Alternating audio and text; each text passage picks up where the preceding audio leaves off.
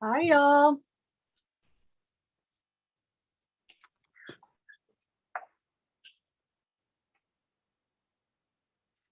Lee, I've got us at 6 o'clock. Yes, ma'am. All right. Well, then I will get a drink, swig my lemonade, that hard stuff, and call the meeting to order and welcome everyone. Good to see folks. And if we could have assistance, Chantal, if you could assist us with the roll call and to see if we have quorum. And I won't go through the public charge because this group always treats everyone with respect and dignity. And with that, Chantal. All right. Good evening, everyone. Hopefully everyone is safe with the storm and things. It's good to see everyone. I will call the county or the jurisdiction name first, and then if you could say your name for attendance purposes, and we'll go through. I will go back around again just in case I've missed someone. Okay, Chantal, you are going in and out, so sometimes it's easy to hear you and sometimes you're not heard or understood. Okay. Is this a little better? Yes, ma'am. Okay, thank you. All right, Aberdeen.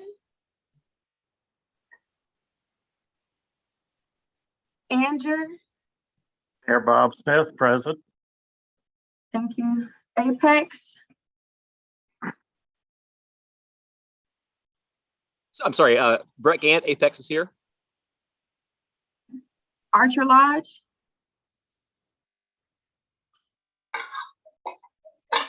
Benson. Jerry Medlin's here. Thank you. Broadway. Cameron. Carborough. Carthage. Cary.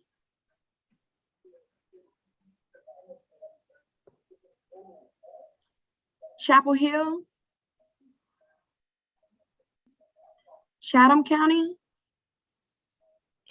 Mike Dasher is here. Jennifer Robinson. I'm sorry. I have you. I'm here and I couldn't get off mute. Sorry. Oh, you're fine. I have you. Thank you. Chatham County. Yep, Mike Dasher here. Good evening. Clayton. City of Durham. Adriana Freeman here. Thank you. Durham County. Hickory-Varina.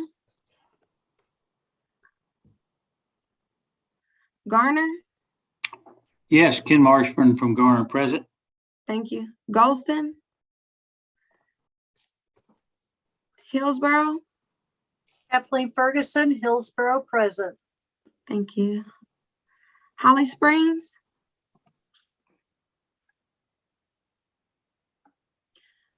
Johnson County. Kenley. Nightdale. Jessica Day, present for Nightdale. Thank you.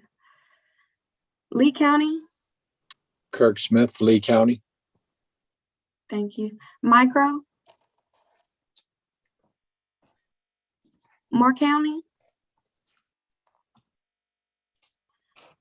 Mooresville. Yes, Satish Gurmil, Town of Mooresville, present. Thank you. Orange County. James Zetta, Bedford, Orange County. Sally's out today. Thank you. Pine Level. Pinehurst. Pittsboro. Pamela Baldwin, Pittsburgh, present. Thank you. Princeton. Dawn Rains, present. Thank you. Raleigh. Robbins. Roseville. Sanford.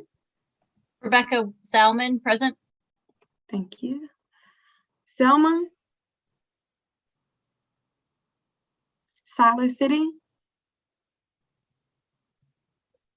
Smithfield, Southern Pines. This is Val? Byron McAllister, Selma. I think I couldn't get myself off mute quick enough, but Selma, Byron McAllister present.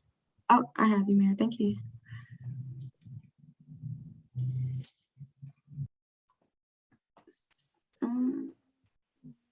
Vass,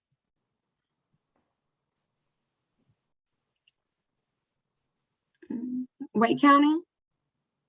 Susan Evans. Thank you. Wake Forest. Chad Sari, present. Thank you. Wendell. Wilson's Mills. David McGowan, present for Wilson's Mills. Thank you. Zebulon. Larry Laux, present. Thank you. Has anyone came in after I began roll call? Thomas Beal from Broadway. Steve Rao from Morrisville, but Councilmember Garamella is already here, but I'm here attending today as the alternate. Okay. Anyone else?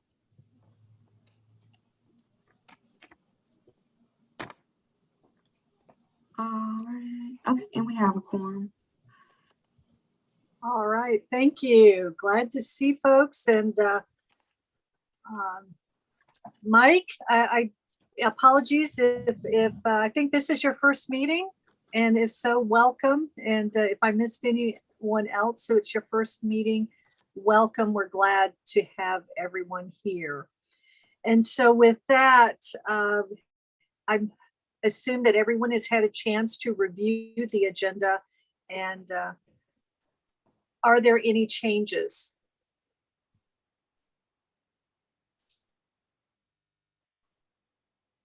Hearing none, then we will assume the agenda is approved as presented. And with that, we will move on to our business. And Alana Keegan, I understand you've got the RDU funding letter update. I do. Thank you, Chair.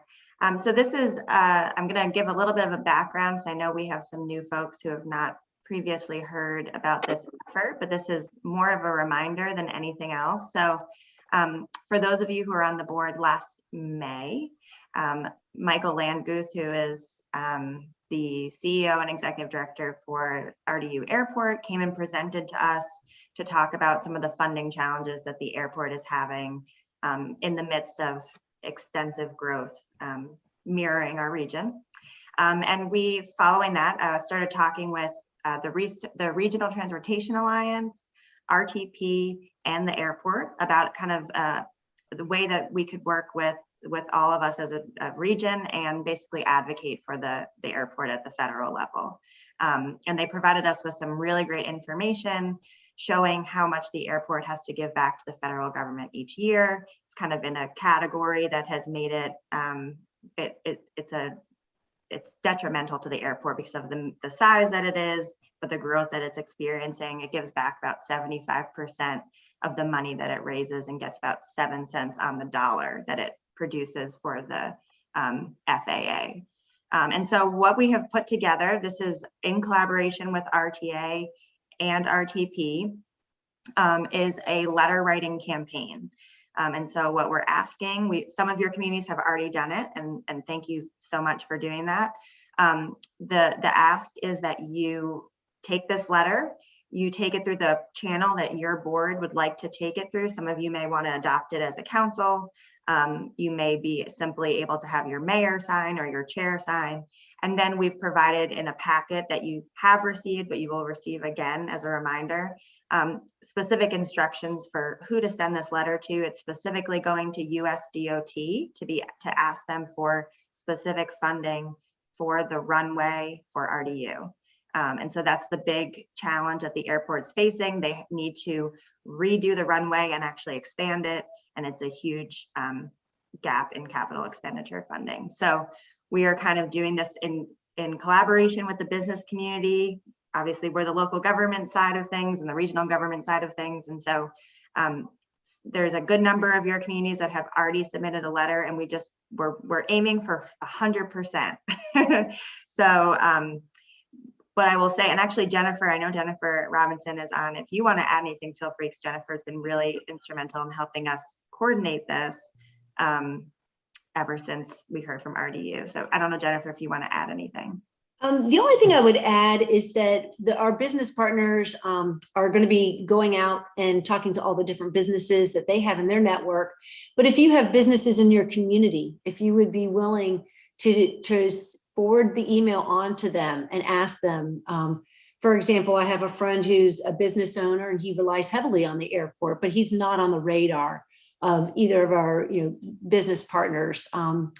So, he's somebody I should send that letter to so he can forward it on. So that'd be the only thing I would add. And thank you to everybody who's been working on it.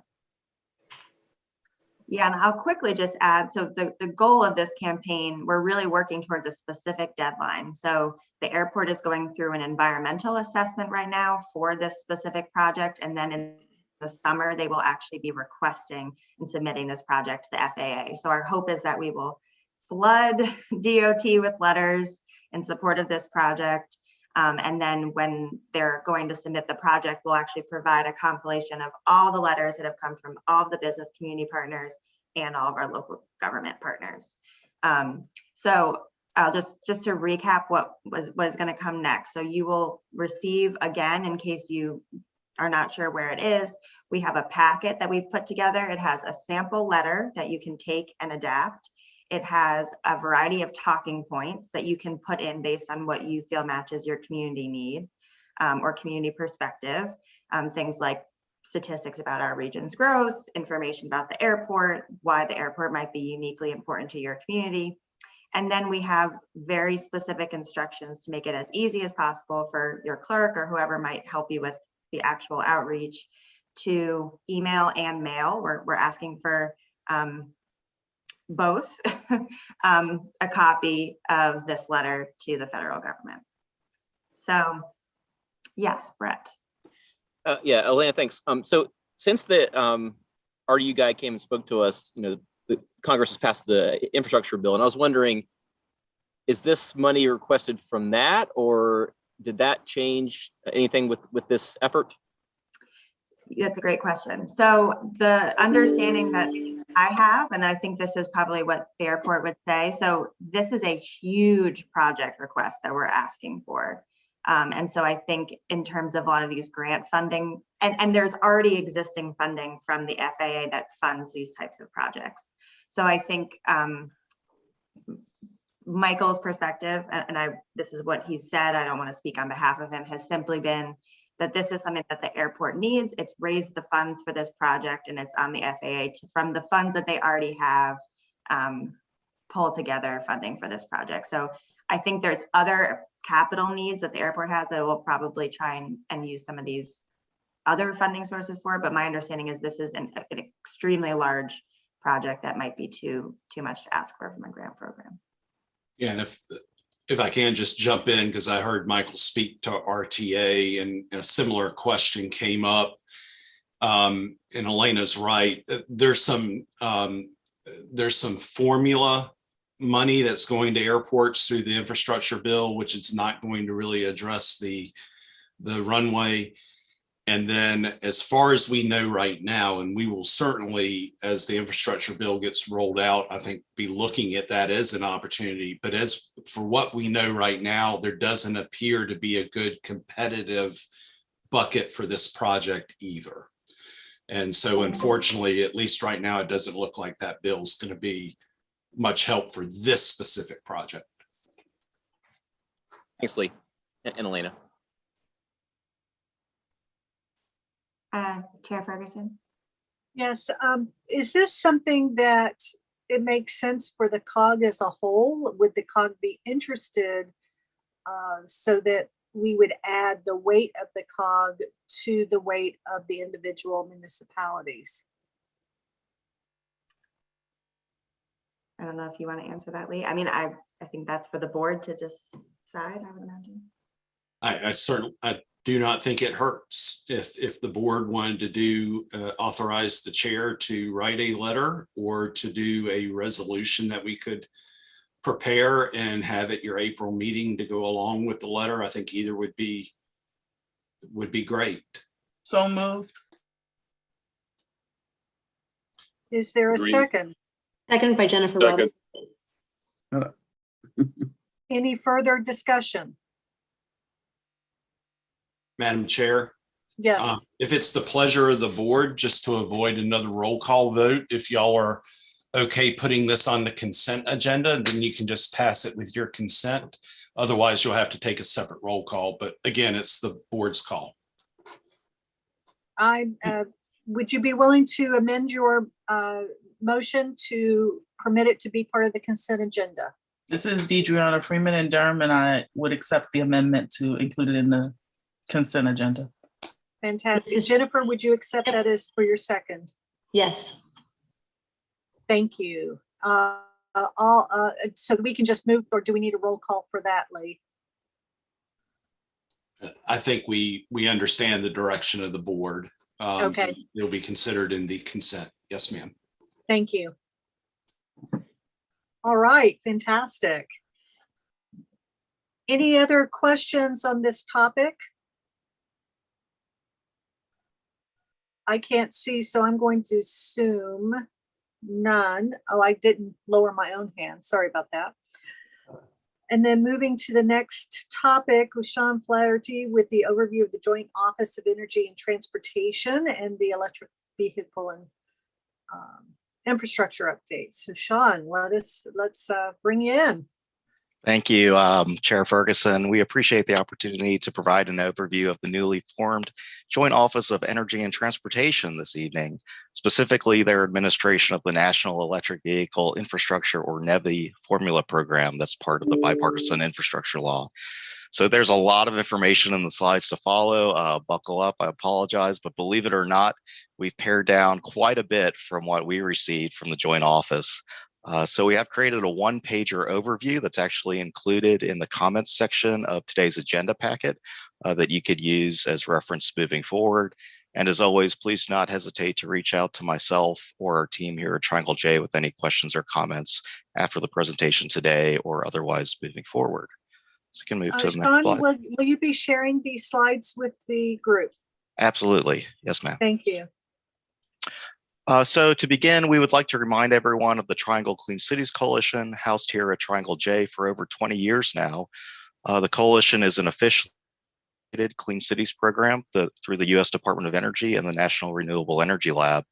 Since 2009, Triangle Clean Cities has assisted stakeholders in reducing greenhouse gas emissions by over 500,000 tons and displacing nearly 70 million gallons of gasoline equivalents through the use of alternative fuels and related technologies. So why is this important? Triangle Clean Cities has led electric vehicle planning efforts along with funding of the deployment for plug-in hybrids, fully electric vehicles, neighborhood electric vehicles in the region for 2 decades now. This includes planning and funding for electric vehicle charging stations, many of which were the first installations in communities across the Triangle region. In 2012, Triangle Clean Cities worked with the Land of Sky Regional Council in Asheville, the Central Lino Regional Council in the Greater Charlotte area, the Piedmont Triad Regional Council in the Triad area, and the North Carolina Clean Energy Technology Center and Advanced Energy on and other partners to author North Carolina's first electric vehicle readiness plan through funding from the U.S. Department of Energy, North Carolina Department of Commerce, and the North Carolina State Energy Office. That effort in 2012 was actually recognized by the American Planning Organization as a model for public engagement around electric vehicle readiness planning and continues to serve as a foundation and framework for communities in our region and across the state. So as we go on to the next slide, Chantel, why is that important? It's to say that North Carolina has been planning and has been a leader in the space for quite a while. Some of y'all might remember the Rocky Mountain Institute's Project Get Ready, where just 3 cities across the country were selected for their leadership in electric vehicle readiness. And the city of Raleigh was one of those 3. And this was many, many years ago. So now as we look towards the future, the NEVI formula program once in a generation opportunity to not only continue, but also to build out EV charging infrastructure here in the Triangle and in coordination with our longstanding partners across the state. Next slide, please. So the important thing to note about the NEVI program is that it's formula-based, as we've heard earlier this evening and have heard a lot over the past months, which means it's an allocation of funds that's non-competitive, right?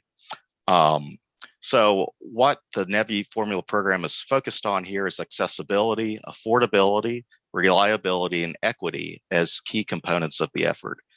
These focus areas are meant to reduce what many might refer to as range anxiety when considering purchasing an electric vehicle. In other words, not knowing where they can charge or charge up if their battery were depleted while on the road. So now the fact is that a majority of EVs can be charged at home, right? Or in a fleet facility overnight. But the goal of NEVI is to prioritize longer travel corridors. So think about driving from, let's say, Durham to the Outer Banks. You would have to charge almost any EV, almost every EV, I believe, at some point between Durham and the Outer Banks. So the NEVI formula program is focused more on longer travel corridors, which we'll talk about a little bit later, not localized infrastructure. So DC, direct current fast charging, not so much level 2, which you would have in your garage, let's say, or a typical fleet facility.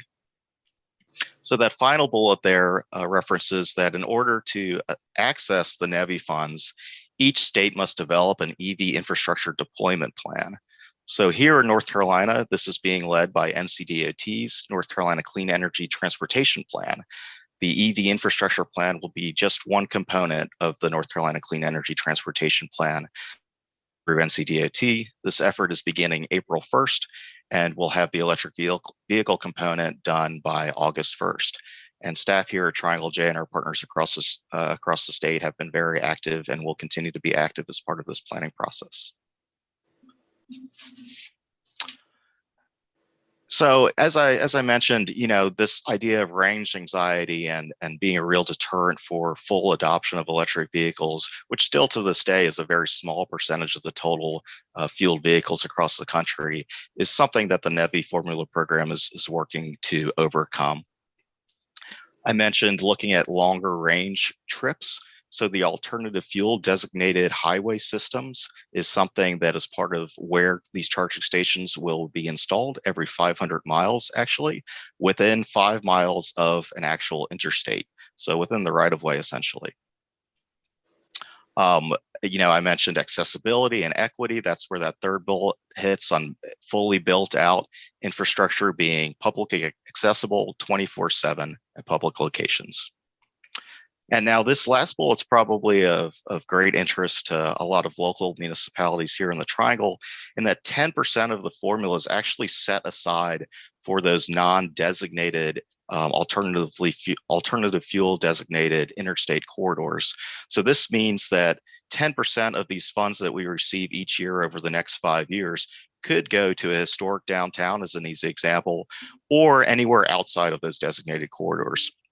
These 10% of funds will be saved towards the latter 4th and 5th year of the program, but just as the program is meeting to prioritize infrastructure build out along the major corridors, but that's something to keep in mind as we think about long range planning. So a couple of important dates. We received the NEVI program guidance from the new joint office on February 10th and have been coming through it more than I'd care to admit. On May 13th, there's the 180-day minimum standards and requirements proposed regulation published. So what does that mean? That means the type of chargers. We know they'll be 4-pronged, 4 chargers per unit, which is pretty innovative. They will have to be available 24/7, as I noted earlier, which is going to be quite an interesting exercise in working with our utility partners. Round 6 nominations, that refers to how we are entering our 6th round of nominating alternative fuel corridors in North Carolina. And for us, that really is not a heavy lift. We've been working across the state to designate essentially every major interstate and major state road that you can think of off the top of your head as a officially Federal Highway FHWA designated all fuel corridor, and those are designated already. I mentioned the North Carolina Clean Transportation Plan, including the EV infrastructure planning component being complete by August 1st, so we'll check that date. And then September 30th, the Federal Highway Administration will approve that component of North Carolina's Clean Transportation Plan. So a little bit about Drive Electric USA, and we have presented on this initiative to the board in the past. This is a 3-year effort that originally started with 14 state partners. It has since grown to 2 states, which we'll see on the next slide. But these priority areas listed below are basically the framework of this planning effort. And we're proud to say that Triangle J is leading this effort on behalf of the state in partnership with other regional councils, our utility partners, several other organizations that we've been working with since that 2012 I referenced at the beginning of the presentation. I'd like to call everyone's attention to the 4th priority area there, EV charging and infrastructure planning. So with our statewide partners this summer, from what we like to say, from the mountains to the sea, from Asheville to Wilmington, if not New Bern and beyond, we will be holding and are planning for public engagement workshops where we'll actually be able to put maps out on the table and ask members of the community to provide their feedback as to where they think these direct current fast chargers, which by the way can charge a typical EV in about 24 minutes as opposed to 8 hours on a level 2 charger, where they feel these direct current fast chargers could best serve their communities. So this is really exciting. You know, as planners, we usually plan for things that are probably not going to be seen in our lifetime, maybe. But in this situation, not only are we planning, but we know we have the funds, if we do a good job, to actually see the infrastructure be installed within the next couple of years. So on the next slide here, I mentioned the momentum that we're seeing through Drive Electric USA. Originally, this was a 14-year effort, and now we're moving up to 32 states that are joining the effort. And of course, as many states are trying to check the boxes for the NEVI formula funds, the Drive Electric USA initiative, this 3-year initiative, allows us to coordinate, find best practices, and replicate success across the country. North Carolina is consistently cited as a leading state in these planning efforts, and that's because of Plug-in NC, which is a wonderful statewide collaborative, which was established through that original 2012 electric vehicle readiness plan for North Carolina.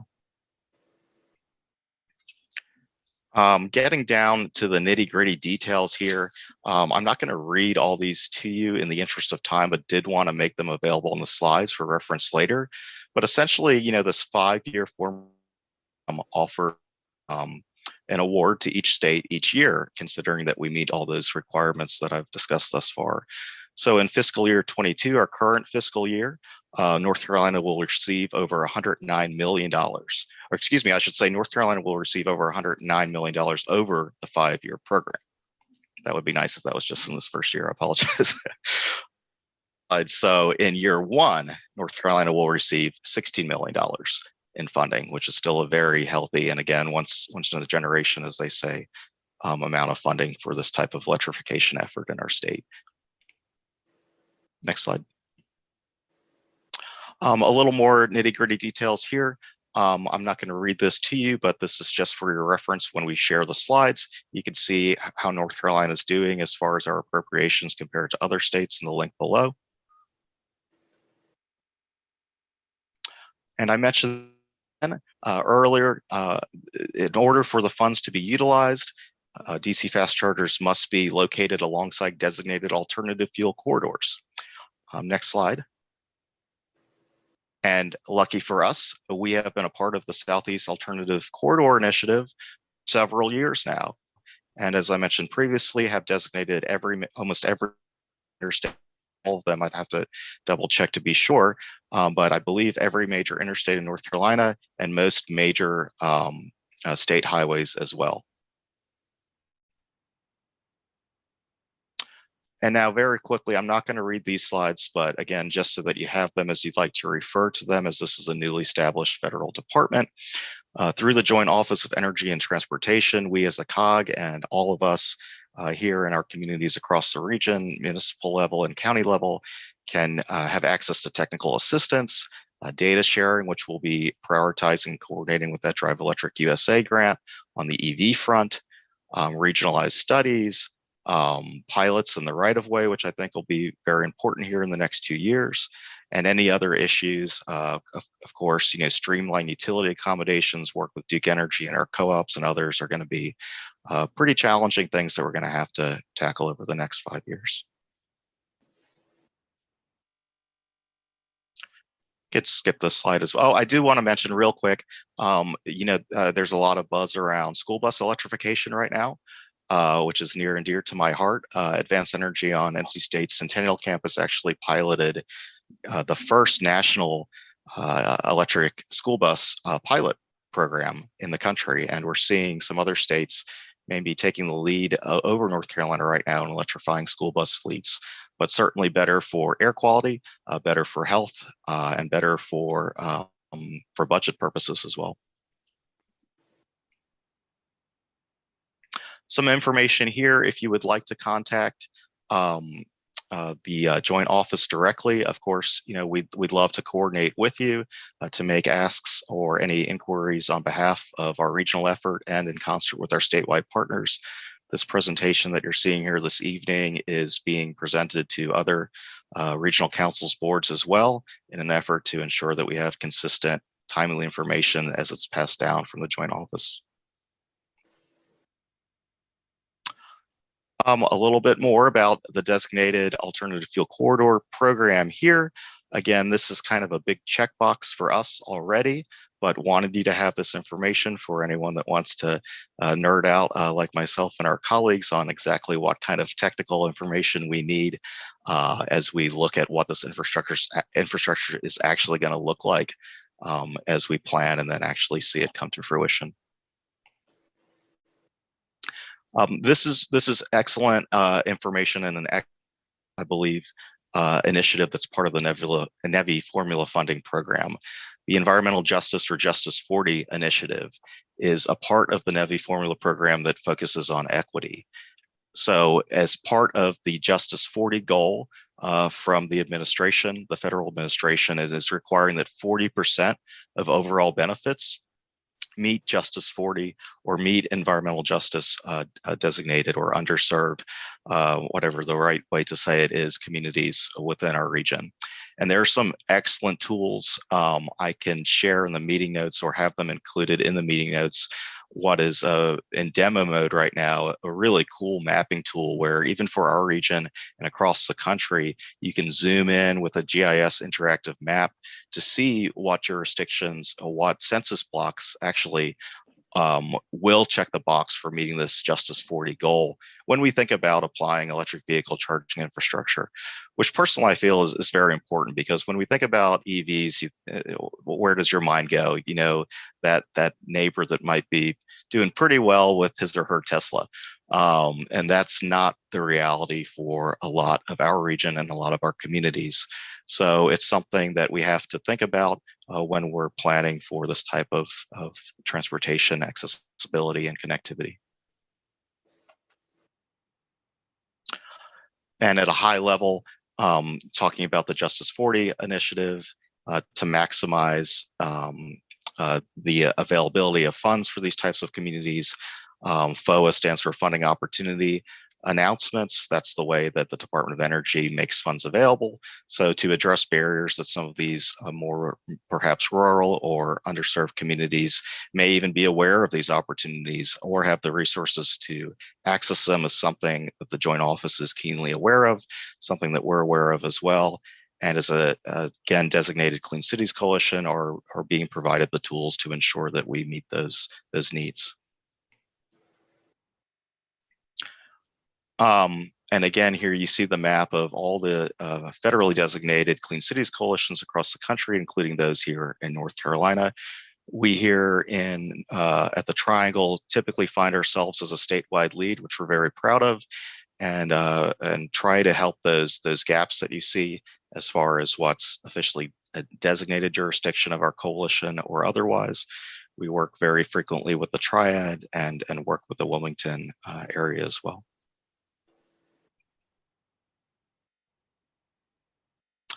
This is just a screenshot of that mapping tool that I mentioned. So I will provide some links to these things for anyone that would like to play around with them after today's meeting.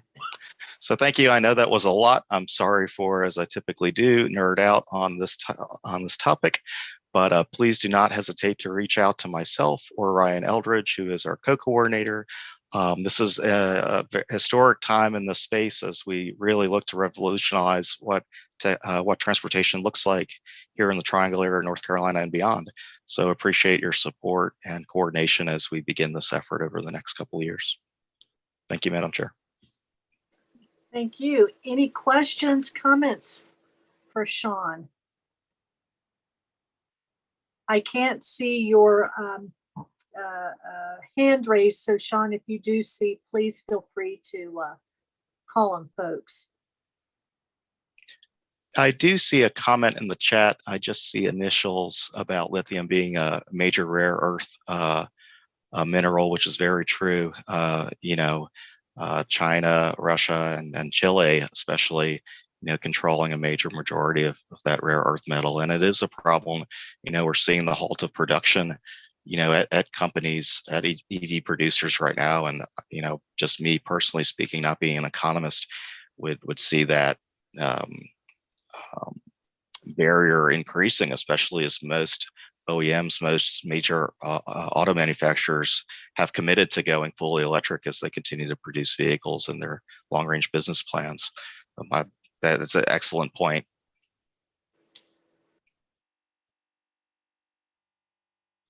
Any other questions or comments?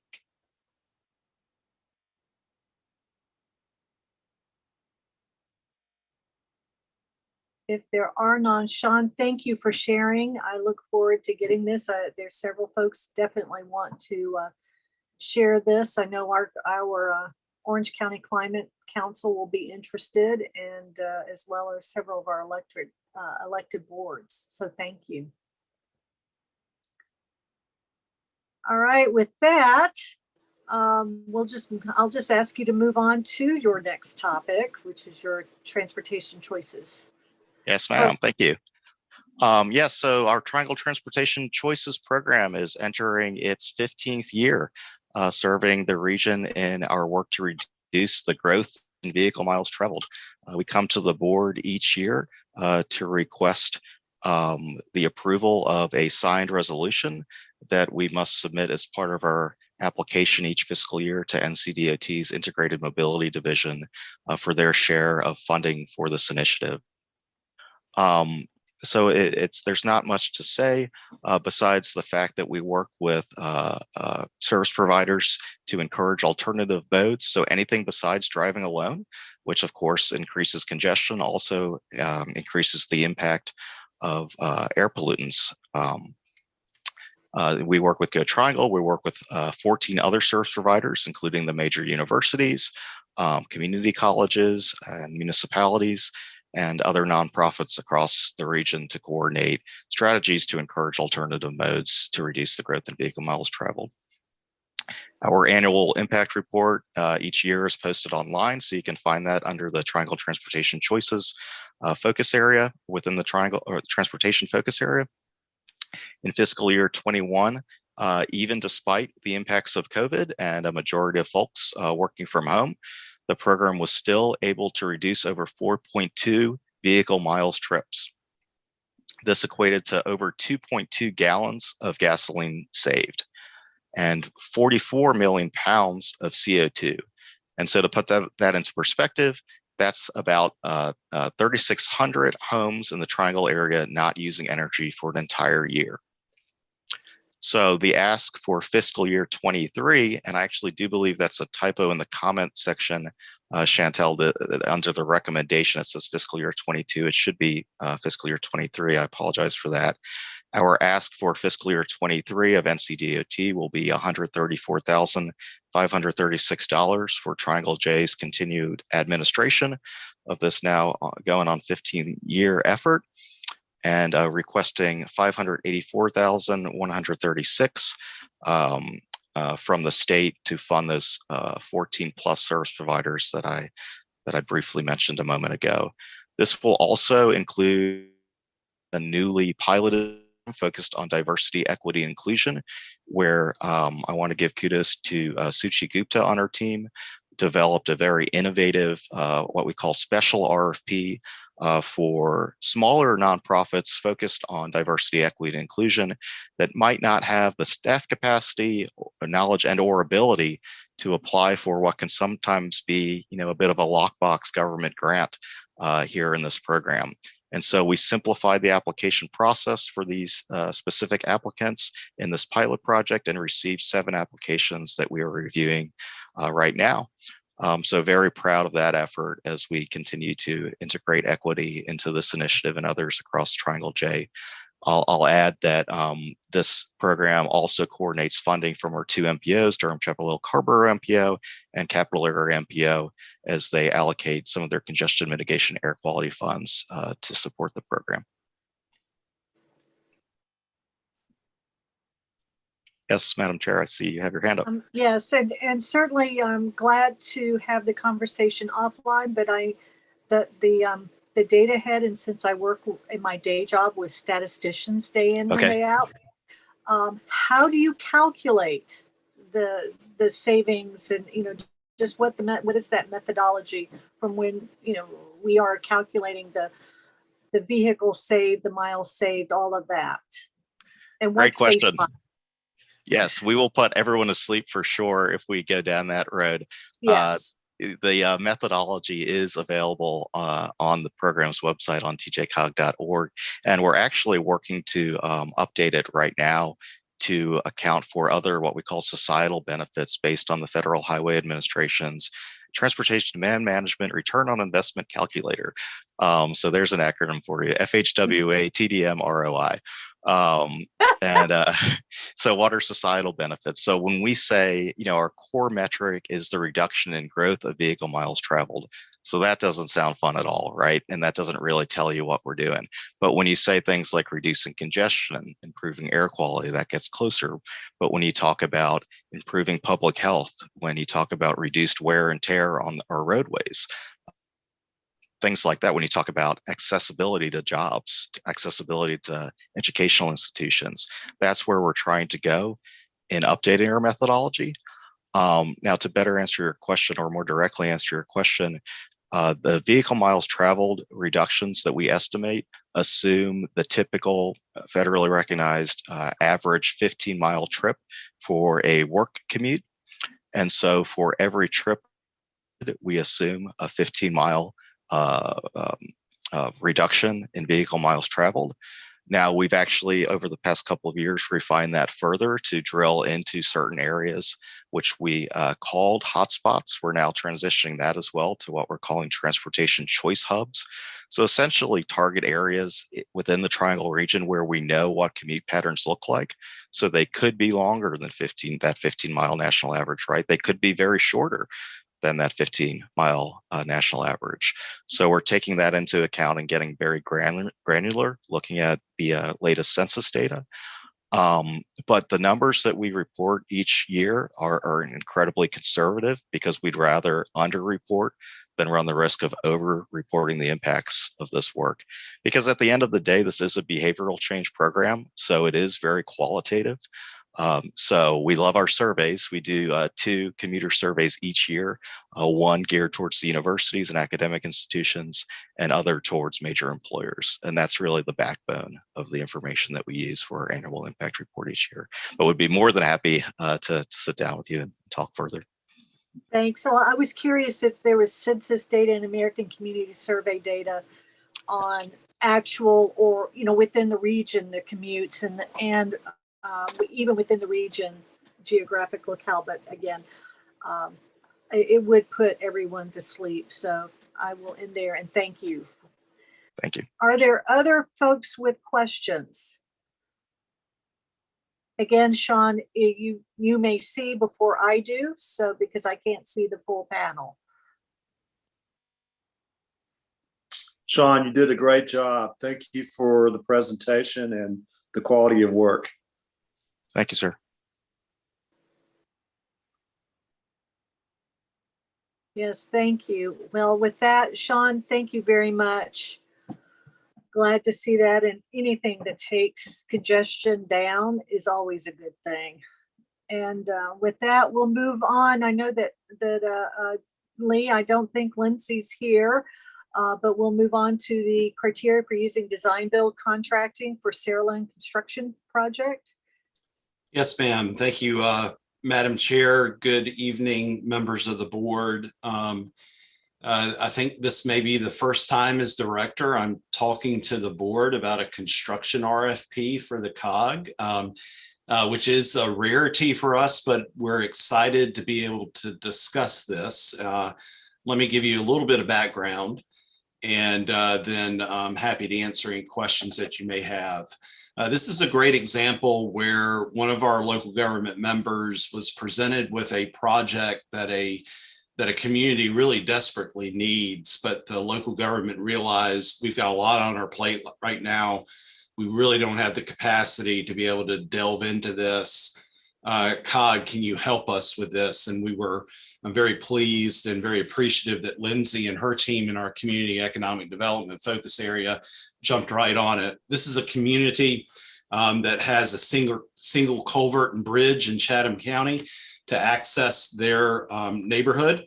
The culvert is threatened because of some erosion of the stream, and many times that neighborhood is inaccessible due to severe weather events. So it certainly is a concern just for accessibility, but more importantly, there's a real concern for public safety to be able to get to that neighborhood if there were to be an emergency during an event. And then, of course, the other issues with the stream and restoration and water quality certainly are important as well. So as we've worked with this, the roads are private. And so we have worked with the HOA in the county to help identify a funding source, which the HOA had already done a lot of good legwork on. We were able to successfully write a grant for a State Department of Environmental Quality Water Resources Development grant to assist with the replacement of the culvert and stream restoration. The HOA has actually saved quite a bit of money to actually match the grant funds. There are no COG funds that are being involved in this process. The HOA is actually paying us to assist with administration of the project. And so we are now at the point where we have funds in place and we're ready to move forward with the bid process.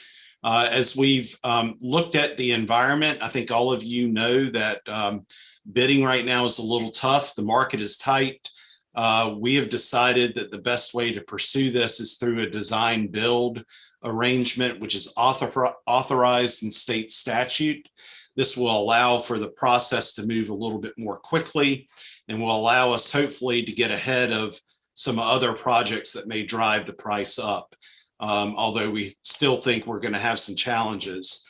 So as part of the state statute requirements for a design build contract, we must establish some criteria that this is not required, but it's highly recommended by the School of Government that the board actually adopt this criteria.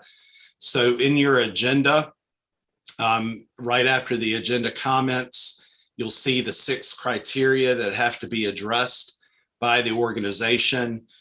We have addressed each of those, I feel like, in a very adequate way. And so what we're asking tonight is that the board adopt this set of criteria that will allow us to move forward with the design build bid to be able to continue to assist the Sarah Lynn community on this critical project. So we'll be asking you for approval of this during your consent agenda. Happy to answer any questions from any members of the board.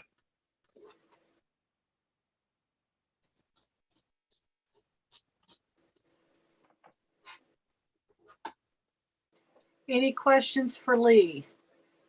And again, Lee, if you can see from your end. I do not see any hands raised. All right. Well, thank you very much for letting us know what is happening here. And it sounds like it's a good opportunity and another great example of the COG really stepping in to expand capacity of our local governments. So with that, we'll move on to the consent agenda, and the chair will entertain a motion to accept the consent agenda. So moved, Deidreana Freeman and Durham.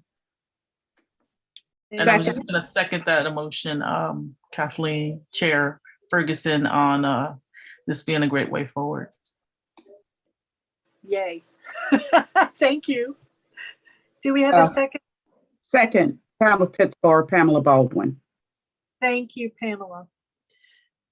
All right, any other discussion or questions on the consent agenda? Hearing none, we'll move on to our roll call vote. Chantel, if you can assist us, please. All right, thank you. Aberdeen, Will Maloney votes aye. Anger, Bob Smith, aye. Apex, Brett Gant, aye.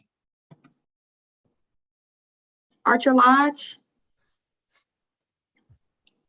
Benson, Jerry Medlin, aye. Broadway, Thomas Beal, Broadway, aye. Cameron, Carborough, Carthage, Carey, Jennifer Robinson, aye. Chapel Hill. Chantel, Oh, I know sorry. and that's, but I realized what's showing, we did amend the agenda to include supporting RDU. Do we need to have that written in any formal manner? I can include it. I can include it with the minutes. Okay, thank you. All right. Carrie, that was an aye. Yes, Jennifer Okay. Robinson votes aye. Thank you. Chapel Hill,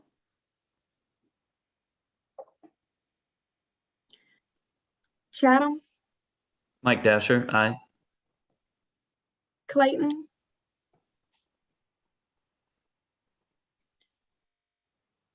City of Durham, City of Durham, Deidreana Freeman votes aye.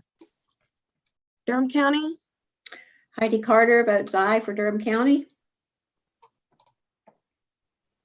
Fuquay Varina, Garner, Yeah, Ken Marshburn and Garner votes aye. Hillsborough, Kathleen Ferguson for Hillsborough, aye. Holly Springs, Tim Forrest, Holly Springs, votes aye. Johnston County,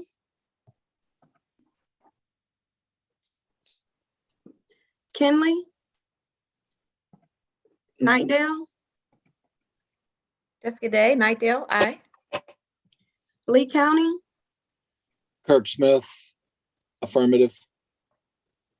Micro, Moore County, Mooresville, Satish Gurmila, Morrisville, aye.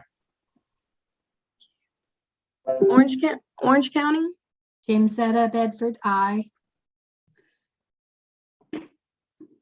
Pine Level, Pinehurst, Pinehurst, Jeff Morgan votes aye.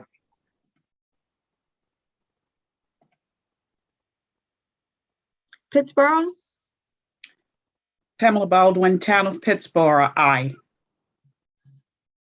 Princeton, Don Raines, Town of Princeton, aye. Raleigh, Robbins, Roseville, Michelle Metley, Town of Roseville, aye.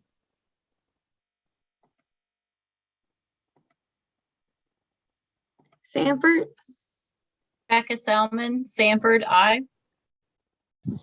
Selma, Byron McAllister, Selma, aye. Silas City,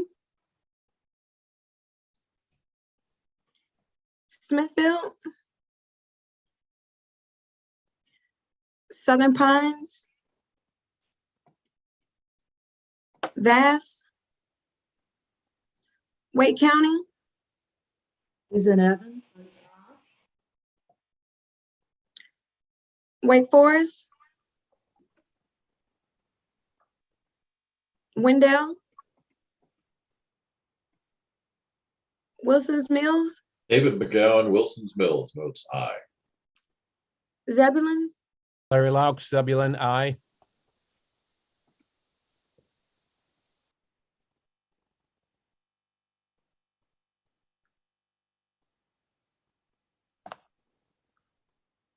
We have a vote.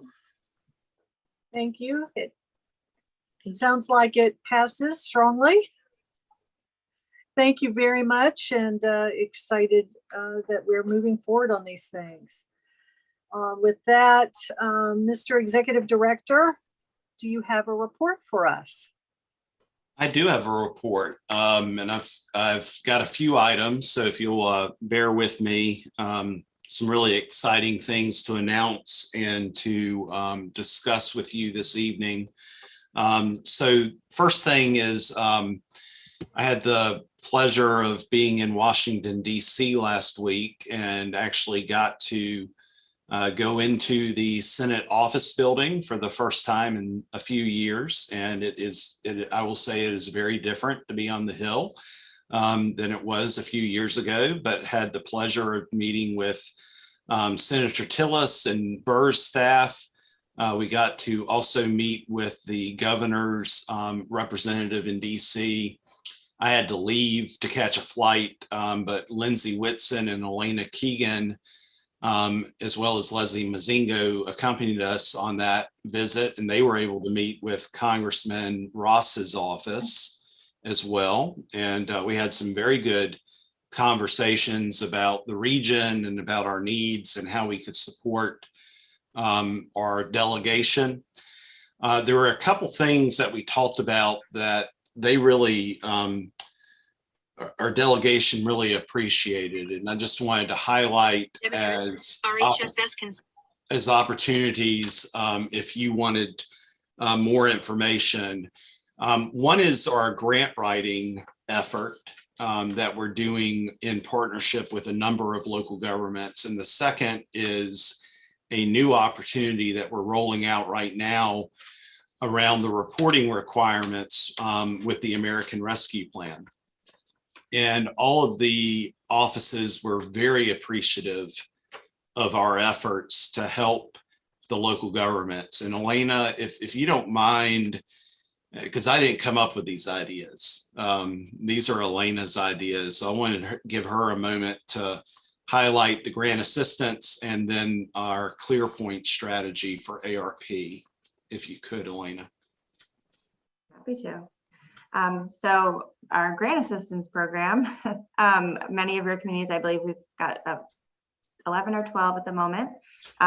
This is a new program that we've, I think, talked to you a little bit about in the past, but for context, it's in response to the many different opportunities for funding right now and the capacity that may not exist in your local governments right now to access those funds. And so the way that we've really approached this program, we kind of serve as the additional capacity for your staff. So we've structured basically regular meetings and regular alert systems for your staff based on the priorities that they tell us they're looking for in terms of what funding might be available.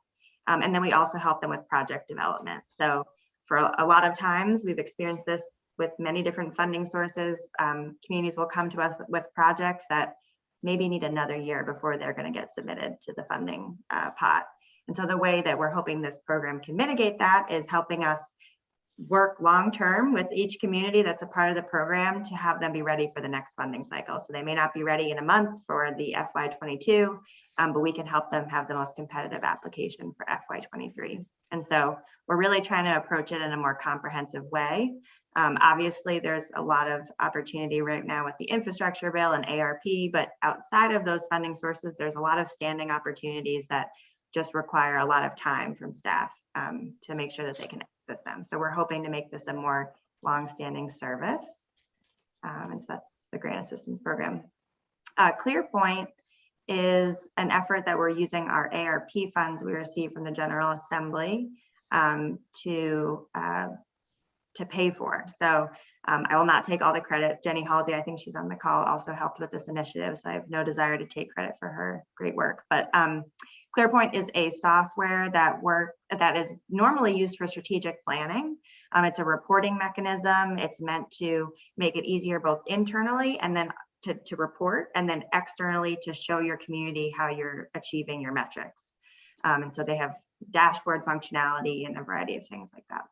And so we have partnered with Clearpoint we're, I think, going to be the first they've done this with. So we're a little bit of a guinea pig, but we are using a new module they've put together specifically for American Rescue Plan reporting requirements. And so we have entered a contract with them that we're now making available to all communities for free to use. And it's set up to match exactly what communities will need to put into the Treasury system when you do your report. So I'm sure, hopefully, all of you are not as familiar as some of your staff might be with the reporting requirements for American Rescue Plan, but they're a little onerous and a little specific. And the better that you can set things up in advance, the easier it will be when you have to submit things to Treasury each year. And so we're working with communities to get them set up into the system right now. Everyone is able to access it for free. I think we've got about half of our communities that have officially participated or decided that they'd like to join, but we'd obviously love to have everyone access this tool because it's for your benefit. So we've used our General Assembly money to pay for it. Yeah, thank you, Elena. So these are great examples of the power of regional collaboration, and especially the senators' offices, Burr and Tillis, were really excited to hear about those two efforts. In fact, the representative from Senator Tillis's office, one of his jobs is helping communities connect to grant opportunities. And he was very interested, especially how we're helping smaller local governments, maybe more rural, that maybe don't have some of the means. Obviously, they were interested in the whole region, but things around the grant assistance, they really appreciated, wanted to talk more about. The Clearpoint thing is an opportunity for us to offer something to you for free, so your staff doesn't have to worry about how to set up this reporting mechanism. It can also give us the ability to then show regionally how the funds are being spent and the impact when members of Congress or others maybe are asking, so how is this money being spent? We'll be able to hopefully show on a dashboard for your community, but then regionally how that's being done. So again, terrific work by our staff on doing those things. The next thing that I wanted to do is you should have gotten an invitation to a retirement celebration for John Hodges Koppel. John has served the COG for his entire career and is retiring at the end of April as our Metropolitan Planning Director. We have a celebration set up for him on the 6th of April, starting at 4:30. It's going to be at the RTP Frontier on the bridge. So I don't know if you've ever been to an event on the bridge, but it's literally a bridge that goes between two buildings at the Frontier. It's a really cool space.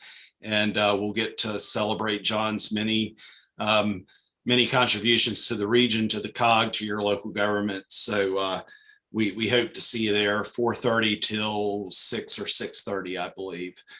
So look forward to seeing you. Also, I'm really excited to announce a promotion. We sent a release about that about a week ago, but Matt Day, who for many years has served as our coordinator for the Rural Planning Organization, or TARPO, will be promoted at the beginning of May to our Director of Transportation. And I'm very excited for Matt to have that opportunity. He is an outstanding member of our staff, and our two transportation focuses are going to be merging. It doesn't mean that we are going to lessen our focus on the rural area or the urban area. It just means that a lot of the work that the two staffs do are coordinated and need to be coordinated, and there's opportunities for collaboration, and the entire transportation network across the region will benefit from Matt's leadership. So we were very excited about that for Matt. So just wanted to announce that and send some congratulations to Matt's way. Another thing that we're very excited about that I wanted to announce to the board is I believe Commissioner Evans is on, and we appreciate Wake County asking us to administer a portion of their ARP funding. When I say a portion, it's $20 million. Okay, so it's more than our annual budget. But they have asked us to administer the $20 million that the commissioners have set aside for community agencies, community partners.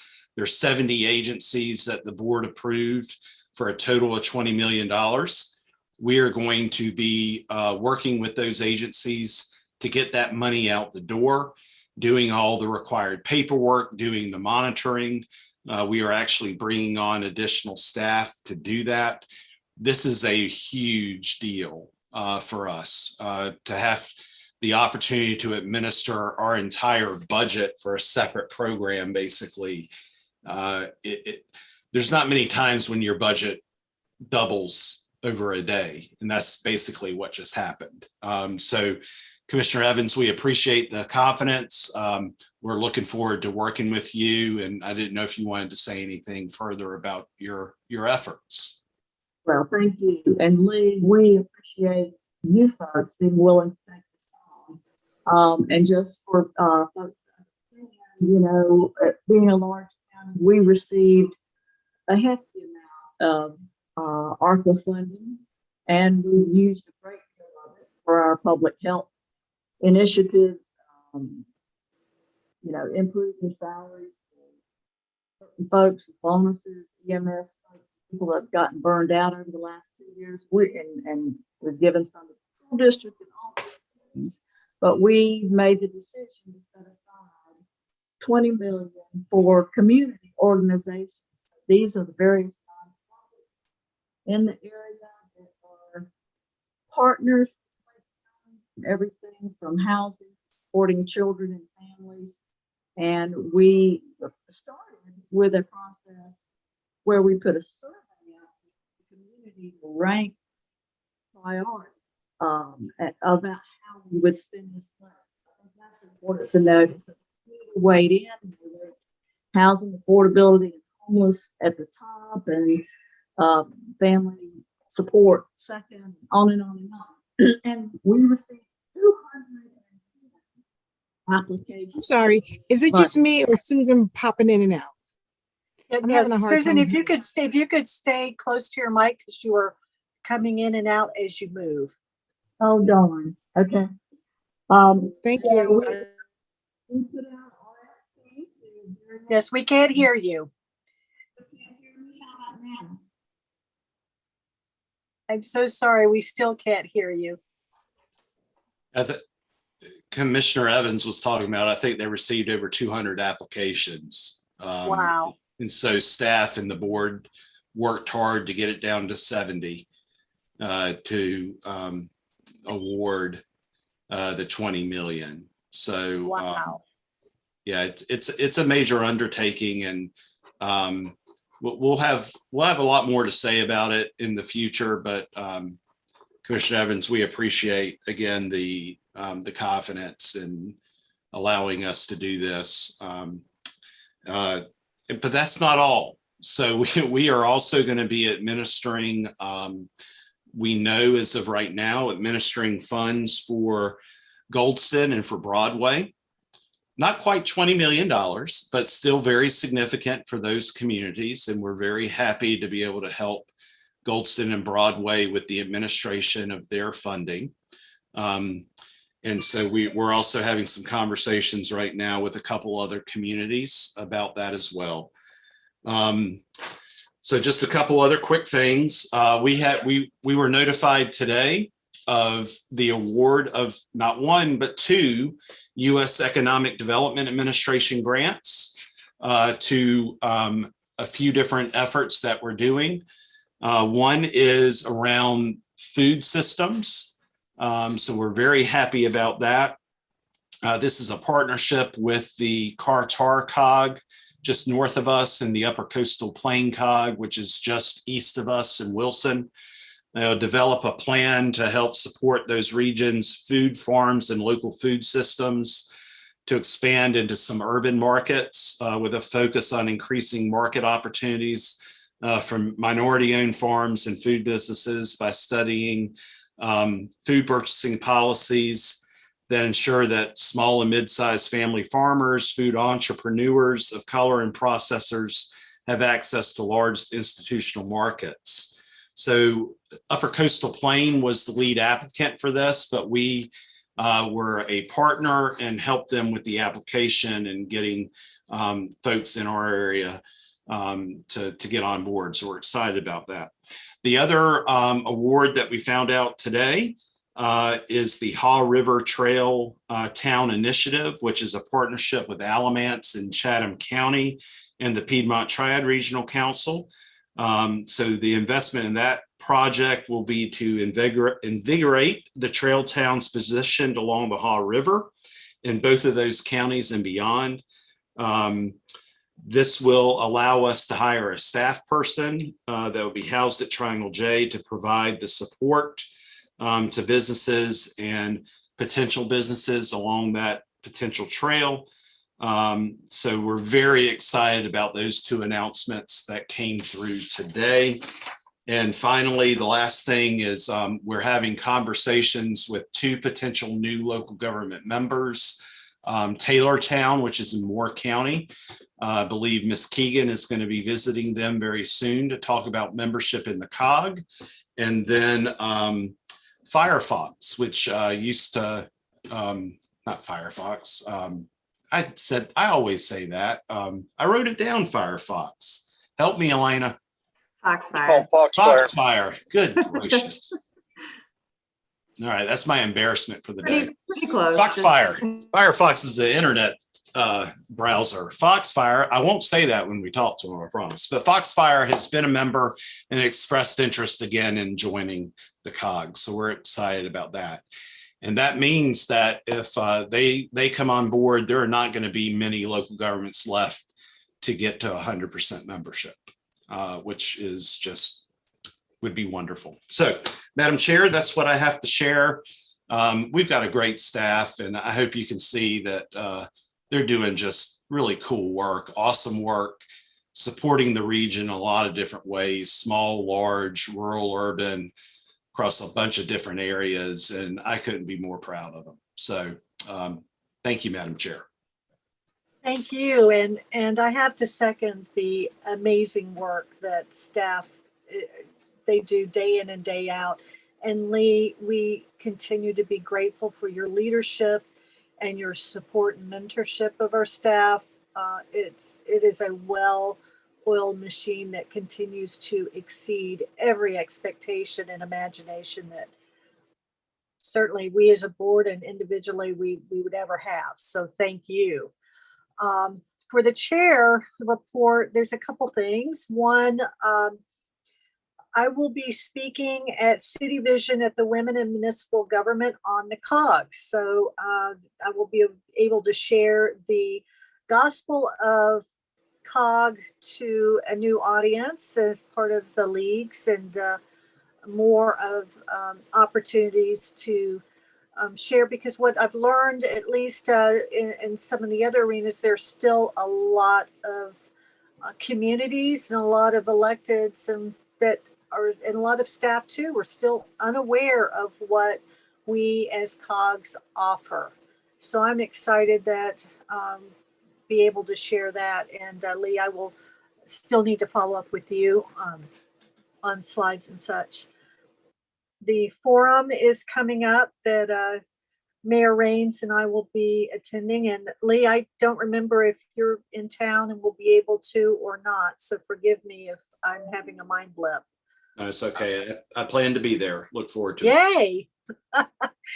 And last but not least, in April,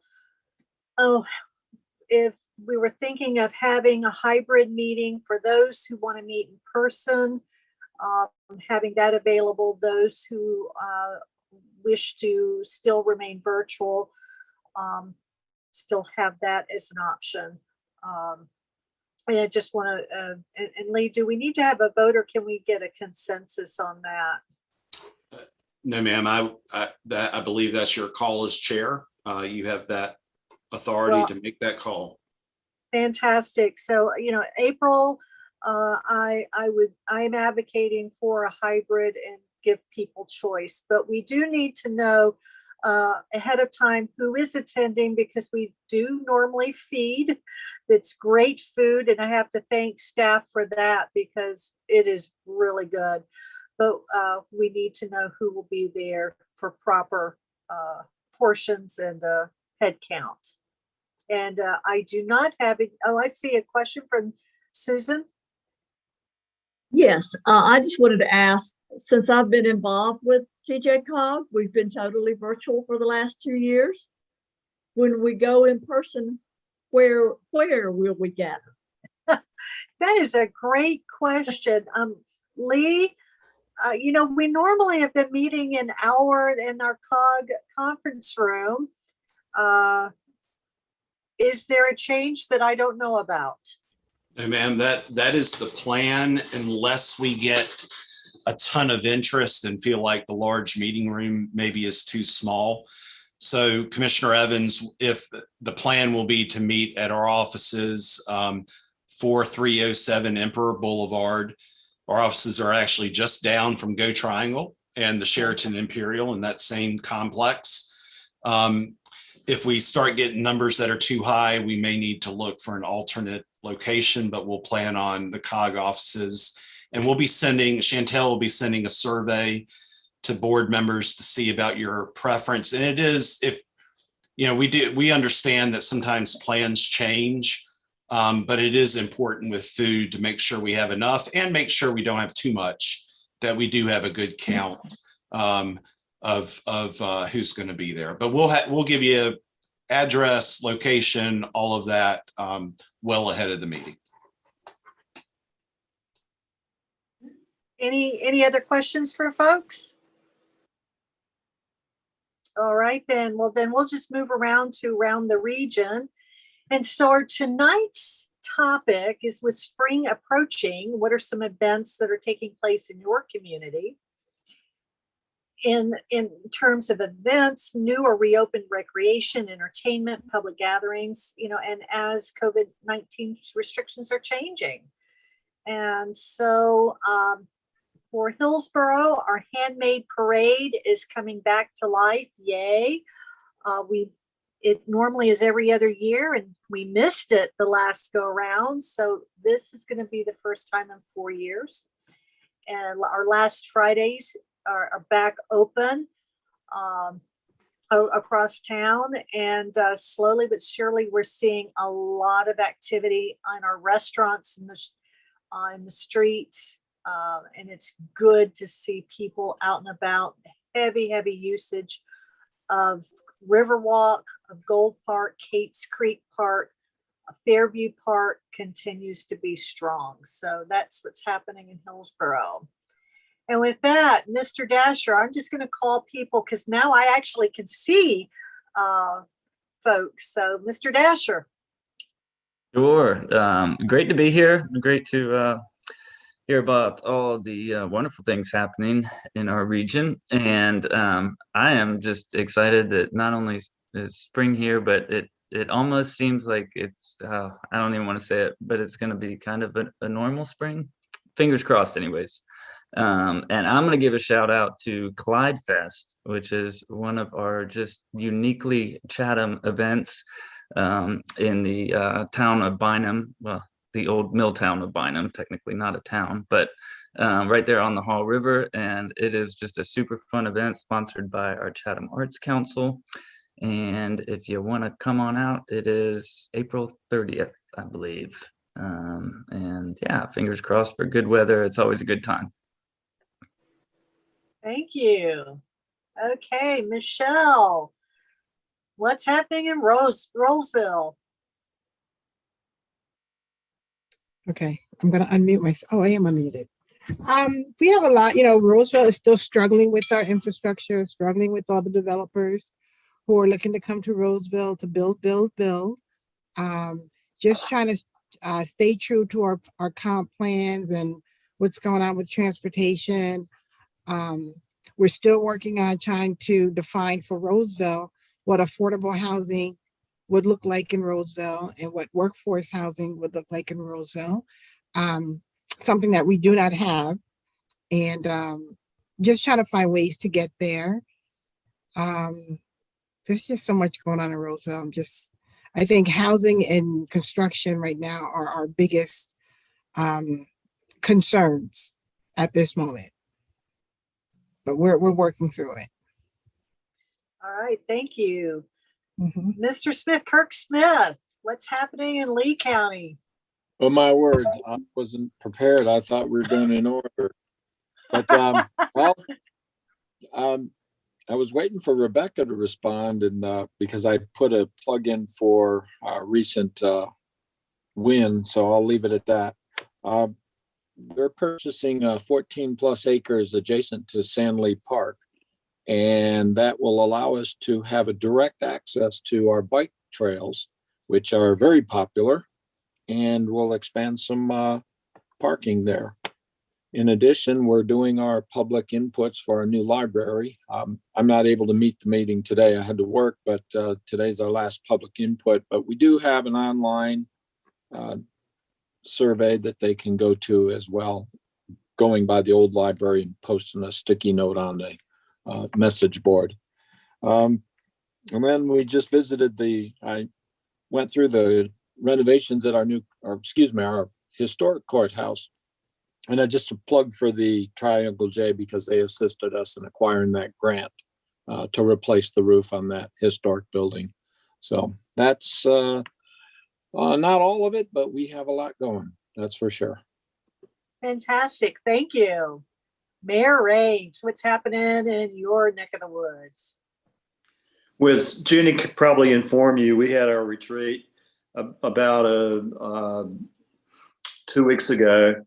And we are planning on about a $1.5 million community center to replace our old community building, which will have 2 or 3 meeting rooms, a public library, media room, and an outdoor venue. And that we're very excited about that. The General Assembly helped us with a $500,000 grant. And so that's the architect will be meeting with us in April to give us a glimpse of what it will look like. So a lot of good things are happening. Our community day that we have had for 7 years was interrupted by COVID, and at this point we cannot organize it for this year, but we have to rebuild it for next year. And I'm very envious of you. Looks like you're going to have a meeting out before 8 o'clock.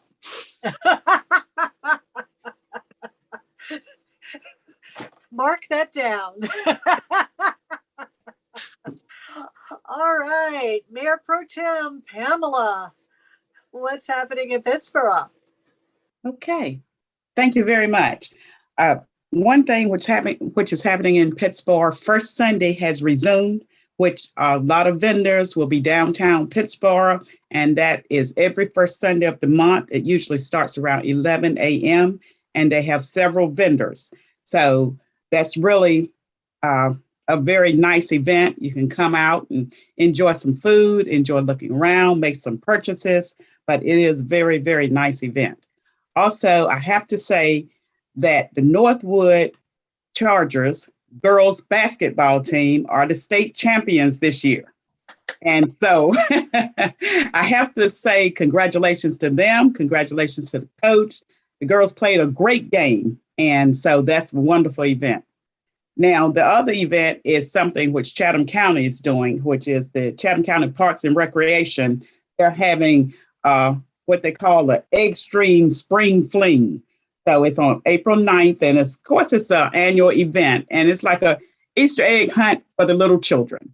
And they have various things to play on out there. And so that's a good event as well. So that is basically some of the things that has occurred since the this situation has gotten better, and we look forward to a lot of other things going on. So thank you very much. Oh, I love it. Just down the road. Yes. All right, Mr. Jeff, and I apologize. I don't know if y'all are commissioner. But tell us what's happening in your neck of the woods. No problem. Sorry, I'm actually getting dinner here. So if you hear some background noise, that's what's going on. But actually in Pinehurst, what we have going on is that we started with it started a little bit ago, but we do Live After 5, and that's usually our first Friday that we have. That'll be going on this April 8th in our Tufts Memorial Park. We've also got the Easter egg hunts going on the 9th. That's something we do once a year is the spring matinee races, which is the have you ever seen the harness racing with horses? We have a horse track for harness racing in our village. And we got that going on April 9th. And that should be a real neat experience. We're going to once a year for that. Then on the 23rd, we're in celebration of the military child. We are right beside Fort Bragg, North Carolina. And that is a huge military base. We have a large military population. And then one of the things that we start up in April that goes through until October is our Sand Hills Farmers Market. So those are the main things we have from April. Bigger event that we have for the year is Olmsted event, which Frederick Olmsted is the one who founded Pinehurst, and it's his 150th year birthday, and so we're going to celebrate that. So those are the main things we have going on in Pinehurst, North Carolina. Fantastic. It sounds like I love these because it just screams road trip all over the region. Thank you. Okay, Councilman Satish. Lots happening in Morrisville. What do you want to share with us today? Hey Kathy, long time no see, but I a lot of activities. Actually, I got to have this bragging rights that Morrisville was named IDC Government Insight, like the smart city for North Carolina, for North America. We applied for it, and it was a national smart city competition, and Morrisville got a name in that. And if for fun activities, this Saturday from 10 to 2, we're celebrating Holi.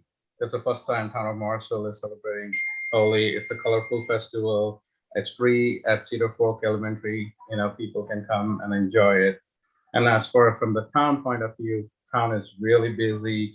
We got our bond passed, a lot of construction going on.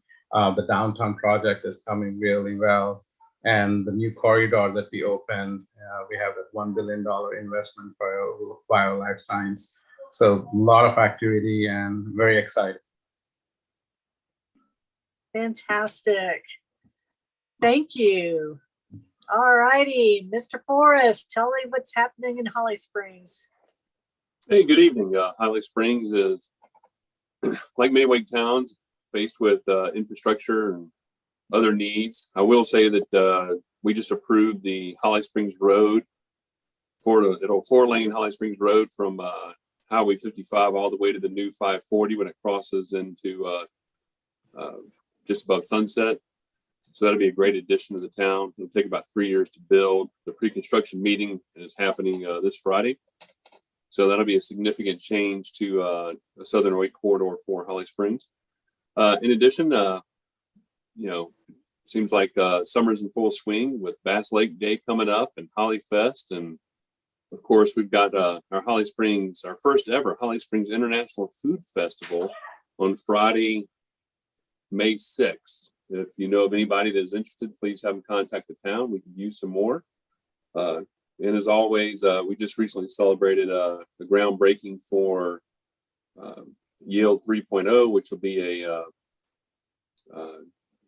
life science gene editing location. And also Amgen was just dedicated the last couple weeks as well, which is another bioscience firm here moving into Holly Springs.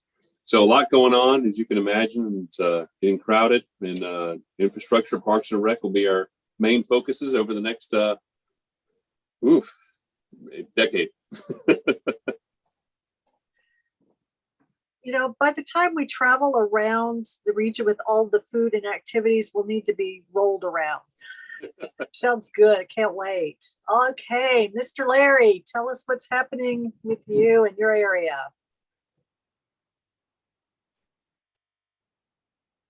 And you're on mute, Larry.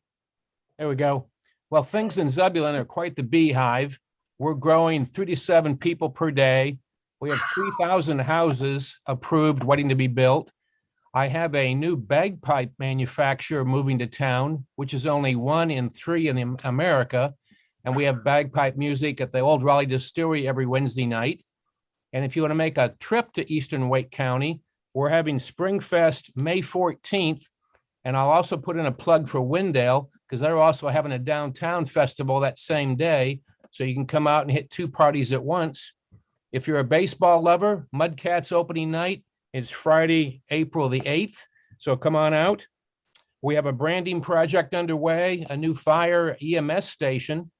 So things are really going great guns out there. A couple reminders for you, not to be pessimistic, but in the world events, we are taking a good hard look at cyber attack planning and also the possibility of losing power. And you say, well, what's the big deal about losing power? You've got a lot of traffic intersections you're going to have to be able to respond to and get 4-way traffic signs up. How are you going to protect businesses?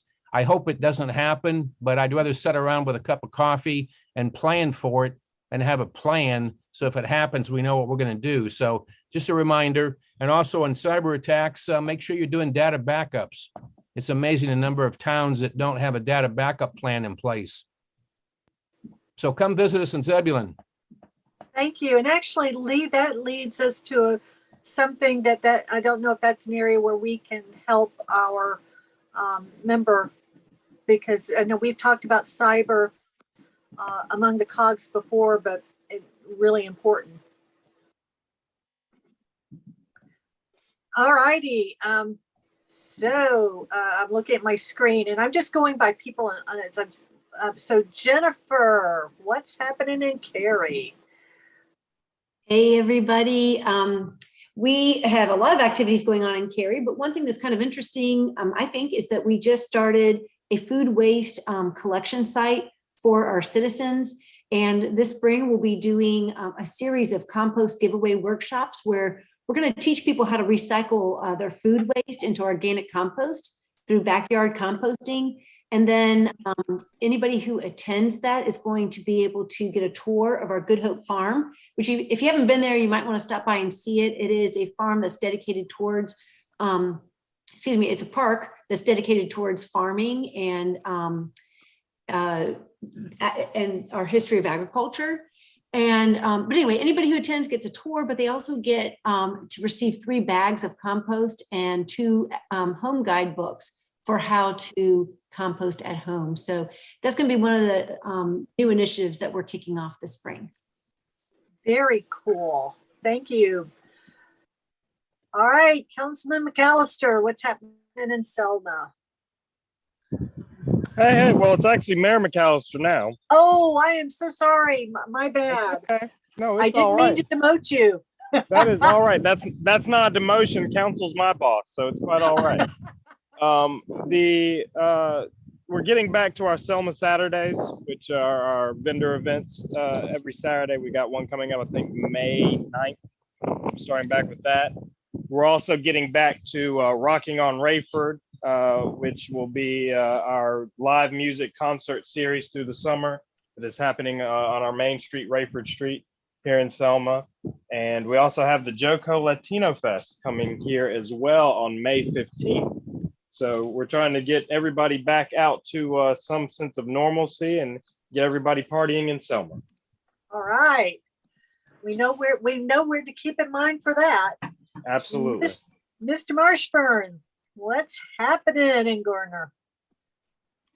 Well, thank you so much, Madam Chair. I'll mention just 2 events. We're going to be reinvigorating, I guess, our eggs extravaganza, which is an Easter egg hunt in our one of our lovely parks that the kids always enjoy every year. And so I've forgotten which day that is, but it's close to Easter anyway. So, But a unique event that we're hosting here is something that's called the Wall That Heals. I'm not sure how many of you have heard of that, but it's basically a remembrance and a dedication to the vets who fought in the Vietnam War. And so the wall itself is a 3/4 replica of the wall that was built in Washington, D.C. that many of you may be aware of. We've already had a couple of preliminary events. There's a documentary about that I think RAL is going to show a little bit later on. But so it'll be built on the 30th. They bring it in piece by piece and put it up, and it'll have all the names on the walls that you would see at the regular wall. It'll be open 24 hours a day. There'll be a candlelight service on April the 1st. But before that, we're going to have what's called an official walk to the wall. I failed to mention that there will be a motorcycle escort that's bringing it into town on the 30th. And so we give a lot of credit to one of our local citizens who has really brought this together with a lot of volunteer help. So those of you who may know of Vietnam vets or otherwise, invite them to come, and you can go there at any time. There's a museum there, but it's a time for vets and others to come and reflect and to perhaps remember. Some of them were not remembered, obviously, many in this country when they came back from what many consider to be an unpopular war. So, and we lost a number of people here in Garner in that conflict, as many of our other towns in North Carolina did. So, want to just mention that and the dates for that again, March 31 through April the 2nd. So we invite all of you to stop by. Thank you. Thank you. Important. Thank you. All right, Mr. Rao. I know that you always have something to tell us what's happening. I just wanted to, Councilmember Guerrero, as always, did a great job summing up the great stuff. And I'm so proud to be working with the Remorseful. I just wanted to let everyone know that I put a link in an article I wrote for the WL TechWire on making North Carolina a smart state. And it's a great article you can read to just give any city ideas about how Morrisville began the journey, because we came from nowhere to now being a national leader. So I'll send that link out to everybody. And the second thing is I'm working with Secretary Jim Weaver from DIT to come to Morrisville next month. And when he does, I'm going to maybe have him come out, and we'll invite everyone from Triangle J, because I think Alina just put it out there, but they do free cybersecurity assessments for any city in the state. And he's trying to do a better job of getting the word out. So that's all I wanted to add. I just wanted to bring value there. So thank you so much, and hope I can see you guys soon. Thank you so much. Actually, I'm making a note myself. All right. Mr. Bonnets, tell me what's happening. What's happening in your neck of the woods? Thank you. Well, Mayor Pro Tempore Pamela Baldwin did a great job of giving an update for Pittsboro, but I will take off my hat for the town of Pittsboro for a moment and mention that my day job at the Clean Energy Technology Center at NC State University is hosting an event. I hope that you've all heard about it, or at least your individual local government managers have heard about this opportunity. Next Tuesday, we're having an event for alternative fuels vehicle and equipment demonstration. And I think that we're going to have the largest assembly of various electrified vehicles and equipment perhaps yet in North Carolina. We're expecting at least 35 pieces of vehicles, electric vehicles, or electrified transportation related equipment. This is at the State Highway Patrol Training Facility. I think it's in Raleigh's city limits, but it's just on the outskirts of Garner. And I'm not sure how to let folks know about it. I think I can post the link in the comments in the chat. But again, it's a rare opportunity because of the very large assembly of electric vehicles. We'll have electrified refuse trucks, 3 school buses, 2 city transit buses, a number of smaller vehicles, I think 2 or 3 police cars. It's just overwhelming. And the governor will be attending. It is registration required, but there's no fee. And anyone associated with local government who is in a position to influence vehicle purchases is more than welcome to come. So again, I'll put that in the link. Thank you so much for letting me hear that. And what time is that on Tuesday? It's pretty much all day. It starts at 8:30, runs until 4:30, but attendance all day is not required. Thank you. No, that's already information I'm be passing on to my staff. So thank you. All right, excuse me. Mr. Medlin, what is happening in your neck of the woods? Big stuff. We built a new field house and 2 new ball fields. It was part of the Part F grant that we received. We are also building a new public works building that is just about finished, and we're excited about that. We're looking for interest in Benson for a new town manager. So anybody that has that interest, let us know. We have a $40 million investment with Edgewater that is building a Cross Point Logistics Center in Benson. It's got 1 million square feet in it. So we know that's going to be something big. We received $22,733,700 from the state in infrastructure. So we've got a lot of work to do in the next 4 years to make sure we spend all that money. And we are doing some special things this year for the veterans. We have in the Veterans Day Festival.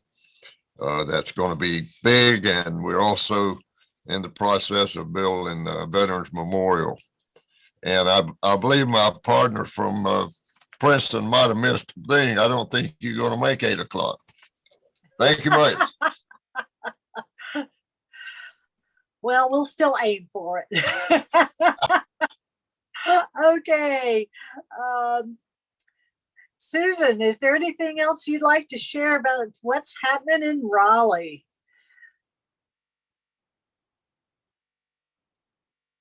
Well, Wake There you go. County.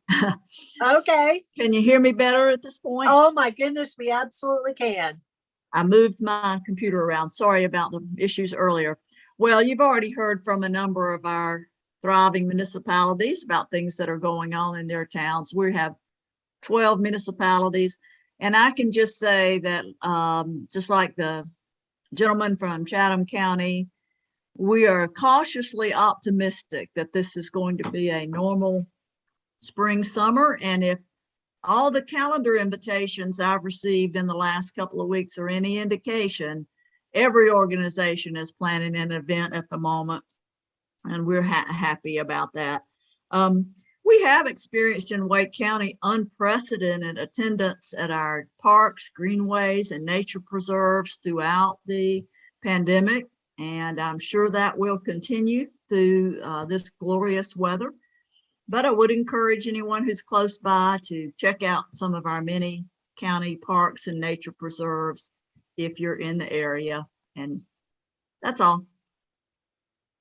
Sounds like there's still a lot happening. So thank you. Okay. Mr. Thomas, what's happening with you in your area? You're on mute. And you're still on mute. There you go. Happy to say in town of Broadway, we're finally getting back to Broadway our way on April the 16th. We're going to have vendors. We're going to have crafts and everything come down, tractors, car show, have bands all day long. We're going to have 3 Easter egg hunts for all the kids.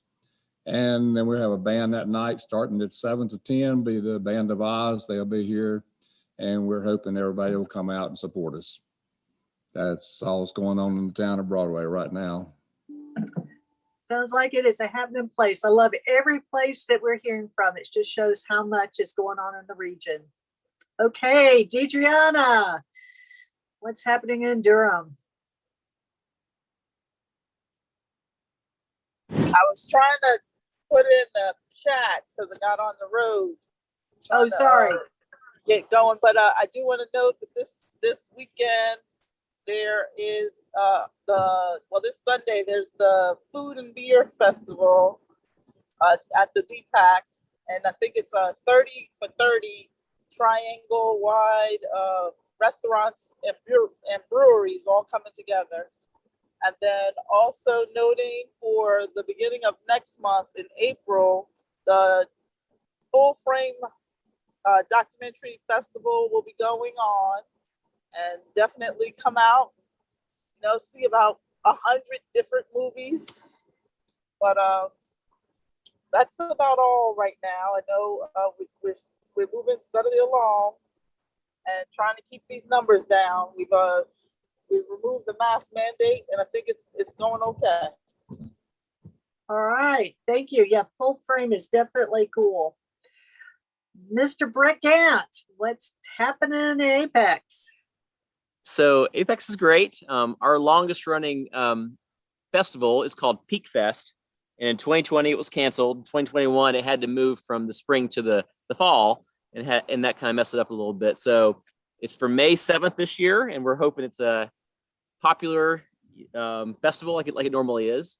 And I want to give a shout out to India Naivar from Apex Friendship High School. They lost in the state championship in 4A for the women's basketball, but India committed to Stanford recently to play basketball in college. And also on March 29th, she'll be in the McDonald's All-American game for the women's basketball squad. Cool.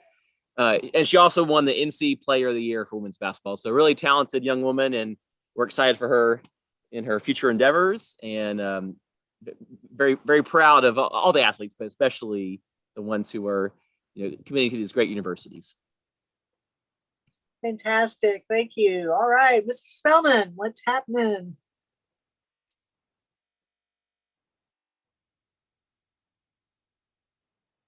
Do we have an attrition? I think that's Adam, who's a staff member, Madam Chair. Oh, sorry about that. Never mind. Have I gotten everyone? I'm looking. I don't think I've got. Have I missed? Yes, you missed me. I'm Wilma. Oh, Wilma, my bad. I am so sorry. That's okay. Am I on? You are on, please. Okay. We want to hear. On April 2nd, we're having a dog fair downtown Aberdeen from 10 to 2. And we're going to have vendors, and you have a chance to showcase your dog and see what he can do. There'll be prizes. So that's going to be nice. I'm looking forward to that. And what date is that? That's on April 2nd, 10 to 2. Got it. And on April 9th, we're going to have our egg extravaganza at Malcolm Blue Farm. And there's going to be an Easter bunny there to take pictures with the kids. And we'll have pony rides and a little petting zoo. And it's going to be started, I think it's 10 to 12. And the Easter egg hunt, the prize eggs is going to be, they're going to be by age group, so everybody will have a chance to get something. And of course, the admission is free. That's for kids. And on the 23rd of April, we're having our Blue and Bruised festival that's going to be at Malcolm Blue Farm also. And it's bluegrass performances. Will be there, and yard games, and all. This is going to be all day. And this is from 12 to 7 p.m., 12 to 7. So that's all day. And there's going to be beer and cider and food, available for purchase. And you can, bring your lawn chair and just sit out and listen to the music. So, there's a lot going on. That would be very nice for you to attend there. So you can always come on down to Aberdeen and do the Blues Festival or go to the dog show. Very cool. Okay. I can think of a whole bunch of folks that it's like already. Okay, anyone else? Okay, well, we will meet Mayor Rain's challenge. Sorry, I do have a quick. Oh, I'm sorry. No. It's just real quick. Okay, so I didn't realize Triangle J does so much. And I had a little issue that came, well, it wasn't a little issue, it was a big issue. And I also work for the Red Cross. And it was so funny how she mentioned to me, you know, call Triangle J on that because they have a whole department dedicated to health services, nursing homes. And I did. And I forgot who I spoke to when I called, but I'm just wondering, is there any opportunity to have a conversation about this in a future meeting? Not about my complaint, but just about the service that is available, because I think it would be well received and really well needed. There's a lot going on in that industry right now, and sometimes people just don't know where to go. And here I've been here for 2 years and I didn't even realize it. Absolutely. Ms. Medley, we can certainly arrange, and part of what we're trying to arrange for the board is making sure that each of our focus area has one meeting where they're here to talk about what they're doing. So the Area Agency on Aging, which I think you're referring to, is that group, and we would certainly love to have Mary Warren and her team at a future meeting to talk about what the AAA does and the resources that are out there. So certainly we'll be more than happy to do that, ma'am. That would be awesome. Thank you so much. Yes, ma'am. Thank you. Yeah, thank you for bringing that up. Anything else that folks might have? All right, then. Well, this has been a really productive meeting. I love hearing what is happening in the region. And, you know, one of the things that as an idea is, you know, when we have future around the region, when there are events, is there's a way for us to capture and share with the group, because I don't know if everyone is, well, let's put it this way. I'm not as good as other people on getting everything written down. So I know I miss notes. But anyhow, with that, I guess we have a motion to adjourn, and then we shall say until the next meeting. This is Wilma, motion to adjourn. All right. I'm assuming there is no nays for that. Well, thank you all again.